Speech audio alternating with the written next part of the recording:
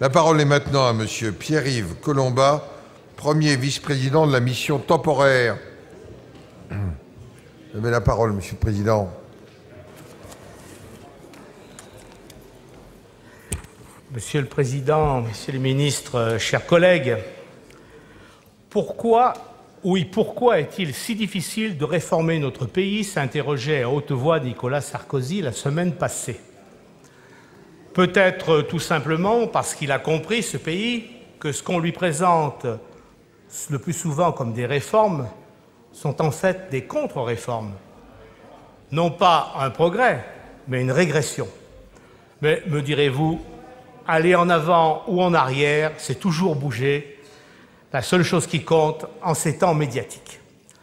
La réforme pour nos collectivités, c'est pousser plus loin, approfondir la décentralisation. Processus lent d'abord, accéléré depuis 1982, libérant l'initiative et les énergies locales par la démocratie, et a transformé notre pays au point qu'on pourrait parler sans exagération des 25 glorieuses de la décentralisation. Aujourd'hui, on l'a dit, les 3/4 de l'investissement public et une part grandissante des dépenses sociales sont assurées par les collectivités territoriales. En 2008, les seules dépenses sociales des départements auront représenté 46,1% des dépenses sociales du budget de l'État, hors retraite des fonctionnaires bien sûr, mais déduction faite de ces concours. La contre-réforme, ce serait casser cette dynamique au moment même où la crise rend l'engagement des collectivités encore plus essentiel. Sans le concours des collectivités, le plan de relance aurait perdu son point d'appui le plus solide.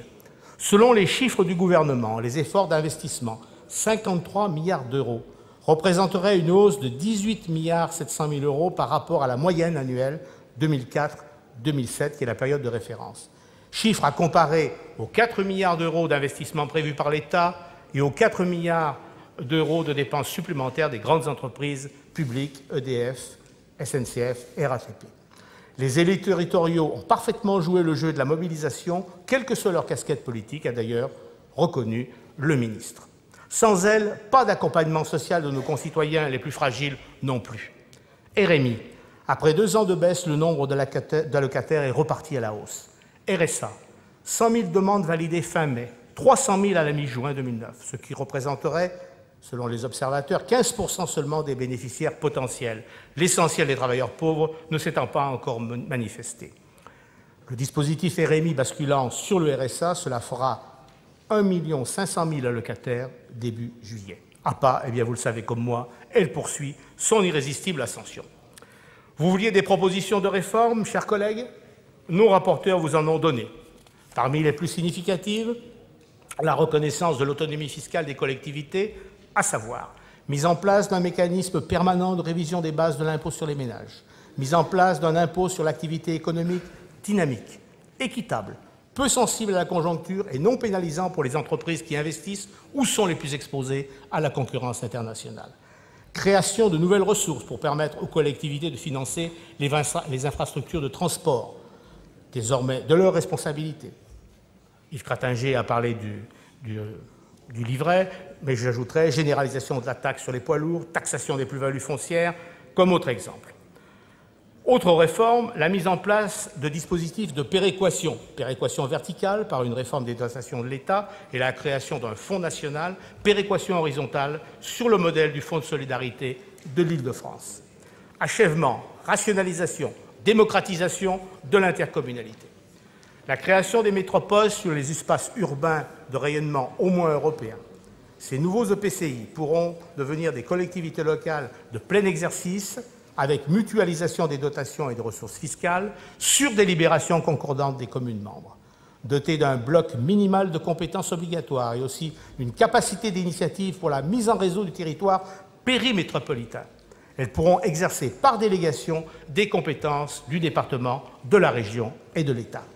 Organisation d'une coordination systématique et institutionnelle entre les acteurs principaux d'un territoire, conseils régionaux des exécutifs et conférences départementales des exécutifs.